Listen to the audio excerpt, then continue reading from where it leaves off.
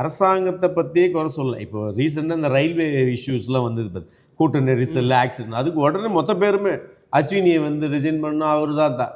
ஏன் இந்த உத்தரப்பிரதேசில் அந்த யோகி இது நடந்ததுங்களே எல்லாம் அதுக்கு எவ்வளோ பெருசாக பண்ணுவாங்க. இந்த சன் டிவி பாரு ஒரு காலம் கத்திக்கினே வச்சுக்கோங்க. இன்னைக்கு இவ்வளோ பெருசாக நடந்துருக்குது. எல்லாமே ஒன்றும் பிரச்சனை இல்லை, அவங்க சொல்லிட்டாங்க, அவங்களோட விளக்கத்தெல்லாம் போட்டுருக்காங்க. இதுவே ஒரு விவாதம் இல்லை, 9000 விவாதம் நடத்தியிருப்பேன் பிஜேபி கவர்மெண்ட் இருந்தா. அப்போ பச்சை இவங்க அரசியல்வாதி அரசியல் பண்றோம், இந்த மீடியாக்கார அரசியல் பண்றது எப்படி தெரியுது அவங்களுக்கு?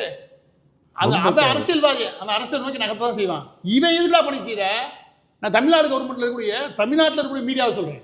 எவ்வளோ பச்சையா காங்கிரஸ் கவர்மெண்ட்டுக்கு நீ ஒத்து ஊதிக்கிருக்க.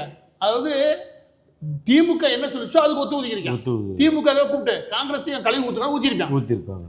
எனவே இதுல நம்ம இன்னொரு விஷயம் தெரிஞ்சுக்க முடியுது அப்படின்னா, 15 பேர் இறந்து போயிருக்காங்கன்றது வருத்தம், இங்கிட்டு மீடியாவே இறந்து போச்சுன்றது இன்னொரு வருத்தம். இப்போ